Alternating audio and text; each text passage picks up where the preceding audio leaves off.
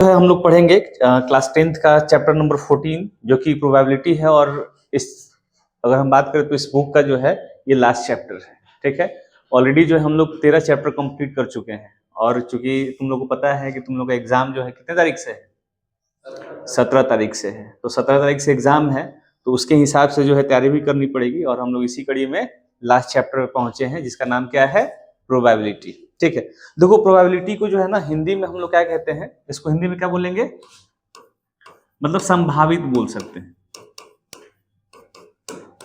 ठीक है, चांसेस कि ये चीज आ सकता है। जैसे मान लो कि अगर हम सिक्का को उछालते हैं, किसको उछालते हैं, सिक्का को। जैसे कोई भी क्रिकेट मैच होता है तो क्रिकेट मैच के दौरान क्या होता है, सिक्का को टॉस टॉस किया जाता है ना, टॉस किया जाता है। तो टॉस किया जाता है, उसमें क्या आने के चांस रहता है, या तो हेड या टेल। मतलब उसमें कहने का मतलब ये है कि अगर हम लोग किसी भी एक सिक्के को जब हम टॉस करते हैं तो मेरे पास एक हेड आ सकता है और एक टेल आ सकता है, एक हेड आ सकता है और एक टेल आ सकता है। कहने का मतलब ये हुआ कि ये जो टॉसिंग ऑफ कॉइन क्या हो गया, इवेंट। इसको हम लोग क्या बोलेंगे, इवेंट। मतलब किसी भी चीज को अगर हम देख रहे हैं, उसको उससे कुछ रिजल्ट चाहते हैं और संभावना भरी नजरों से देखते हैं, तो क्या है, उसको इवेंट कह सकते हैं। जैसे बारिश, हम लोग अंदाजा लगाएंगे कि बारिश आज हो सकती है। दो ही चीज हो सकता है, हो भी सकती है और नहीं भी हो सकती है। तो कहने का मतलब वो एक इवेंट है। ठीक है, उसमें होना ना होना क्या है, इसकी संभावना है कि हो भी सकता है और नहीं भी हो सकता है। ठीक है, तो वो क्या हो गया, एक प्रकार का इवेंट हो गया। उसी तरह से टॉसिंग अ कॉइन भी क्या हो गया, एक प्रकार का इवेंट हो गया। ठीक है, तो देखो यहाँ पे क्या है कि अगर कभी भी जब हम किसी भी चीज का प्रोबेबिलिटी निकालते हैं तो उसको हम लोग किस तरीके से रिप्रेजेंट करेंगे, हम लिखेंगे P of E. P of E का मतलब प्रोबेबिलिटी ऑफ एनी इवेंट, मतलब किसी भी इवेंट का प्रोबेबिलिटी जो हम निकालेंगे वो उसको हम लोग इस तरीके से दर्शाते हैं। आई बात समझ में ना। तो देखो इसमें क्या है, एक सिंपल सा फॉर्मूला है। अगर हम लोग को देखो चैप्टर ज्यादा लंबा नहीं है, तो इसमें क्या है कि अगर हम लोग किसी भी चीज का प्रोबेबिलिटी निकालना हो, ऑलरेडी क्लास 9th में तुम लोग पढ़ चुके हो, वही फॉर्मूला यहाँ भी क्या करना है, यूज करना है। आई बात समझ में ना। तो देखो यहाँ पे क्या है कि जैसे मान लो, सपोज करो कि अगर हमको जो है जो चीज चाहिए तो हम क्या लिखेंगे, नंबर ऑफ फेवरेबल आउटकम। कहने का मतलब कि जिस चीज के बारे में हमको चाहिए वो जो मेरे पास आया उसके बारे में, और उससे टोटल कितना आ सकता है, उसकी कितनी संभावनाएं हैं, कितनी बार वो चीज हो सकता है। तो उसमें क्या लिखेंगे, total number of outcomes, total number of outcomes. आई बात समझ में ना। ये फॉर्मूला है और यही फॉर्मूला जो है पूरे चैप्टर में क्या होगा, यूज होगा। आई बात समझ में ना। अब देखो जैसे सपोज करो कि हम लोग एग्जांपल किसका लिए थे, टॉसिंग अ कॉइन। मतलब किसी एक सिक्के को हमको क्या करना है, उछालना है। ठीक है, तो हम जब किसी एक सिक्के को जब टॉस कर रहे हैं, हवा में जब जा रहा है, तो हवा में जाते वक्त जो है हमको ये नहीं पता है कि वो क्या आने वाला है, हेड आएगा या टेल आएगा। आई बात समझ में ना। दो ही चीज होता है ना उसमें, या तो हेड या तो टेल। तो एक चीज तो हमें ये समझ में आएगा कि मेरा हेड भी आ सकता है और टेल भी आ सकता है। तो इसमें अगर फॉर्मूले के हिसाब से हम देखेंगे तो ये नीचे वाले की बात कर रहे हैं ना कि टोटल नंबर ऑफ आउटकम कितना है मेरा, दो है, दो ही हो सकता है ना। अब हम पूछे कि बताओ हेड आने का क्या चांस है, हम तुमसे पूछेंगे क्या कि हेड आने का क्या चांस है, तो क्या लिखोगे, 1, मतलब 1, और टोटल आउटकम कितना है, 2 है। तो हम लिख सकते हैं ना, देखो पी ऑफ ई। ठीक है, तो हम यहाँ पे हम किसके बारे में बात कर रहे हैं, हेड के बारे में ना। तो यहाँ पे क्या लिख देंगे, इवेंट क्या है मेरा, हेड। ठीक है, तो पी ऑफ एच फॉर्मूला के हिसाब से नंबर ऑफ फेवरेबल आउटकम कितना है, एक ही है ना। टोटल आउटकम कितना आ रहा है मेरा, 2 आ रहा है। टेल के केस में भी क्या होगा, 1/2 ही होगा। टेल के केस में भी 1/2 ही ना होगा। क्यों, क्योंकि इसमें तो हेड और टेल क्या आ रहा है, एक ही बार आ रहा है ना, एक ही करके आ रहा है। आई बात समझ में ना, कोई दिक्कत। चलो ये तो एक सिक्का था कि एक सिक्का को जब उछाले तो इस तरह से मतलब रिजल्ट आया। ठीक है, अगर सपोज करो कि हम बोले कि तुम ना दो सिक्का को एक साथ उछाल दो, क्या करना है, दो सिक्का को एक साथ उछाल देना है। ठीक है, तो देखो यहाँ पे जब हम लोग दो सिक्का को साथ में उछालेंगे तो क्या आएगा, टॉसिंग टू कॉइन टुगेदर। मतलब दो सिक्का को हम लोग क्या करते हैं, एक साथ उछालते हैं। ठीक है, तो हो सकता है कि देखो पहला क्या है, हेड हेड आ जाए, पहला क्या आ जाए, हेड हेड आ जाए। दूसरा क्या है, हेड टेल हो सकता है, ठीक है। तीसरा क्या आ जाए, टेल हेड हो सकता है। चौथा क्या आ सकता है,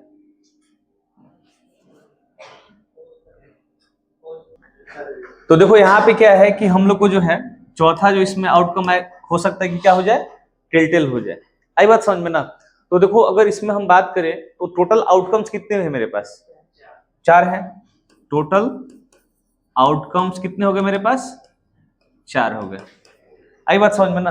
ये क्या हो गया, टोटल आउटकम्स कितना हो गया मेरा, 4, ठीक है। अब देखो इसमें से एक सवाल कैसे पूछ सकता है कि बताओ कितनी बार चांसेस है कि दोनों पे हेड ही हेड आए, दोनों पे क्या है, हेड ही हेड है।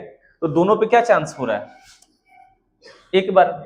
तो हम लोग लिख सकते हैं ना P of H is equal to कितना हो जाएगा, 1/, तुम लोग फॉर्मूला यहाँ पे लिखना है क्योंकि क्वेश्चन तो एक ही पूछता है ना, हमको यहाँ ज्यादा समझाना है, इसलिए हम क्या कर रहे हैं, वो डायरेक्ट इसमें आंसर लिख देते हैं। हम बोले कि बताओ कि टेल हेड आने का क्या चांस है, एक पे टेल है और एक पे हेड है, तो कितना है, 2 है ना। देखो 1 2, 2/4 कितना हो जाएगा ये, 1/2। आई बात समझ में ना। चलो ठीक है। अब देखो इसमें हम पूछे कि टेल आने का चांस कितना है, कितना हो जाएगा, 1/4। आई बात समझ में ना। तो इस तरीके से जो है हम किसी भी क्वेश्चन को क्या कर सकते हैं, सॉल्व कर सकते हैं, अगर ऐसा है कॉइन वाला। और देखो 3 कॉइन तक का मैक्सिमम तुम्हारे क्लास में आता है, कितना, 3 कॉइन को हम एक साथ क्या करते हैं, टॉस करते हैं। आई बात समझ में ना। तो तीसरा वाला भी देख लो कितना पॉसिबल आउटकम हो सकता है, ठीक है। क्योंकि देखो 2 तक तो आसान है, लेकिन तीसरे वाले में क्या होता है, आदमी थोड़ा सा उसमें कंफ्यूज हो जाता है, ठीक है। तो उसको भी देख लो क्लियर हो जाएगा। टॉसिंग 3 कॉइन्स टुगेदर, मतलब 3 कॉइन को साथ में जो है ना हम लोग क्या करते हैं, टॉस करते हैं, ठीक है। अब देखो यहाँ पे क्या है कि पहला तो मान लो कि हम तीनों पे क्या आ सकता है, हेड हेड हेड आ सकता है। अच्छा दूसरा तो कंडीशन ये हो सकता है HTT हो सकता है, ये भी तो हो सकता है ना, हो सकता है कि नहीं हो सकता है, चलो ठीक है। अच्छा अब देखो इसमें क्या है, हम लोग इसमें अगला अगला बता लो क्या हो सकता है तुम्हें, देखो HTT हो गया, तो ये भी तो हो सकता है ना HTT, इस तरीके से। आई बात समझ में ना। अच्छा फिर उसके उसके बाद क्या हो सकता है, TTT लिख लेते हैं। आई बात समझ में ना। फिर उसके बाद क्या हो सकता है, THH। आई बात समझ में ना। फिर क्या होगा, THT, फिर उसके बाद TTH। तो कितना बन गया टोटल, 8 बनेगा। इसमें कितना आएगा, 8। आई बात समझ में ना। अब देखो इसमें जो है जैसा क्वेश्चन पूछेगा ना उसके हिसाब से क्या करना है, हमको सॉल्व कर देना है। जैसा भी क्वेश्चन पूछे उसके हिसाब से क्या करना है, हमको सॉल्व कर देना है। आई बात समझ में ना। चलो ये तो मतलब 3 पॉइंट तक का था। अब देखो क्या होता है कि जब हम लूडो खेलते हैं तो लूडो में क्या होता है, डाइस होता है, डाइस होता है ना। उस डाइस को भी जब हम लोग रोल करते हैं, जब हम लोग चलते हैं अपना, जब लूडो खेलने के दौरान जब उसको अपना चांस चलते हैं तो उसमें लूडो को जब रोल करते हैं तो रोल करने के बाद कोई ना कोई नंबर आता है। वो नंबर कितने बीच का रहता है, 1 से 6 के बीच में रहता है, ठीक है। तो सपोज करो कि हमने कहा रोलिंग और डाइस, ठीक है। तो पॉसिबल आउटकम कितना है, 1 2 3 4 5 6, ये पॉसिबल आउटकम है ना, ये क्या है मेरा पॉसिबल आउटकम्स है, ठीक है। अब देखो ये पॉसिबल आउटकम्स टोटल टोटल हम लिख सकते हैं ना, total possible outcomes, total possible outcomes कितने हो गए जी मेरे, 6। अब हम पूछे कि ये बताओ क्या प्रोबेबिलिटी है कि इसमें जो नंबर है वो ऑड नंबर हो, तो क्या हो, ऑड नंबर हो। आई बात समझ में ना। हमने किसके बारे में पूछा, प्रोबेबिलिटी ऑफ ऑड नंबर, ठीक है। तो बताओ ऑड नंबर कौन कौन सा है इसमें, ऑड नंबर क्या कहता है कि जो नंबर 2 से न कटे, तो यानी 1 है, क्या है इसमें 1 है ना जी। इसमें देखो ये 1 हो जाएगा, 3 हो जाएगा और 5 हो जाएगा, तो कितना हो जाएगा 3/6 कट के कितना हो जाएगा 1/2। आई बात समझ में ना। अब हम सेकंड क्वेश्चन इसे पूछ दिए कि अब ये बताओ इवन भी पूछ सकता है, तो इवन भी कर सकते हो। हम पूछे कंपोजिट नंबर के बारे में, किसके बारे में, कंपोजिट नंबर के बारे में। तो कंपोजिट नंबर इसमें कौन कौन सा है बताओ, इसमें अगर हम पूछे तुम लोग से तो कंपोजिट नंबर कौन कौन सा, कंपोजिट नंबर का डेफिनेशन क्या होता है? Those number which is having more than 2 factors. तो सबसे छोटा कंपोजिट नंबर कौन होता है? 4 होता है। सबसे छोटा कंपोजिट नंबर कौन सा होता है? 4 होता है। तो चलो एक तो 4 हो जाएगा और एक 6 हो जाएगा, तो ये भी कितना हो जाएगा 2/6 कट के कितना हो जाएगा 1/3। तो इस प्रकार का जो है क्वेश्चन तुमसे क्या किया जाएगा, एग्जाम में पूछा जाएगा। आई बात समझ में ना? फिर ये भी पूछा जा सकता है, ऑड नंबर हो गया, कंपोजिट नंबर हो गया, प्राइम नंबर हो गया, को प्राइम हो गया, तो ये सब चीज जो है को प्राइम इसमें नहीं आएगा ना। को प्राइम तो पेयर में होता है ना, वो पेयर वाला चीज जब 2 डाइस को रोल करेंगे वो पूछेगा। आई बात समझ में ना? तो ऑड नंबर हो जाएगा, कंपोजिट नंबर हो जाएगा, इवन नंबर हो जाएगा, प्राइम नंबर हो जाएगा। मतलब इस तरह का क्वेश्चन तुमसे एक डाइस वाले पे पूछा जा सकता है। आई बात समझ में? चलो ये तो मतलब एक डाइस का तो तुमको थोड़ा बहुत आसान लगा, इसको कर सकते हो। अब ये कह दिया गया कि 2 डाइस को एक साथ रोल किया जाए। क्या किया जाए? 2 डाइस को एक साथ रोल किया जाए। तो जब 2 डाइस को एक साथ हम रोल करेंगे तो देखो यहां पे क्या है, रोलिंग 2 डाइस टुगेदर, मतलब हम लोग 2 डाइस को क्या कर रहे हैं? रोल कर रहे हैं। आई बात समझ में ना? तो देखो जब 2 डाइस को रोल करेंगे यहाँ पे तो क्या होगा, पहला तो कंडीशन ये है, मतलब जब पहला अगर हम लोग चलेंगे तो पहला केस में क्या हो सकता है, देखो या तो एक एक आ सकता है, आ सकता है ना। दूसरा कंडीशन क्या कहता है, 1 2 भी आ सकता है। तीसरा कंडीशन क्या कह सकता है, 1 3 भी आ सकता है। चौथा क्या हो सकता है जी, 1 4 भी हो सकता है। दूसरा क्या हो सकता है, 1 5 भी हो सकता है। ये कितना हो सकता है, 1 6 हो सकता है। आई बात समझ में ना? चलो ये तो मतलब हम लोग पहला कंडीशन हो। दूसरा केस में क्या हो सकता है, 2 भी हो सकता है और 1 भी हो सकता है। अच्छा 2 2 भी तो हो सकता है, ऐसा थोड़ी है 2 2 तो नहीं आ सकता है। चलो ठीक है, फिर क्या हो सकता है, 2 3 हो सकता है। तो समझ में आ गया ना किस फॉर्मेट में जा रहा है ये सब। ये 2 5 भी हो सकता है, फिर उसके बाद 2 6 भी हो सकता है। अच्छा ये बताओ 3 1 भी तो हो सकता है ना, ठीक है। फिर क्या हो सकता है, 3 2 भी हो सकता है। आई बात समझ में ना? फिर क्या हो सकता है, 3 3 भी हो सकता है। फिर उसके बाद 3 4 हो सकता है, 3 5 हो सकता है और 3 6 हो सकता है। आई बात समझ में ना? अच्छा फिर उसके बाद क्या हो सकता है, 4 1 हो सकता है, 4 2 हो सकता है, उसके बाद 4 3 हो सकता है और 4 4 हो सकता है, 4 5 हो सकता है और 4 6 हो सकता है। ठीक है, उसके बाद क्या होगा, 5 1 5 2 5 3 5 4 5 5 5 6। आई बात समझ में ना?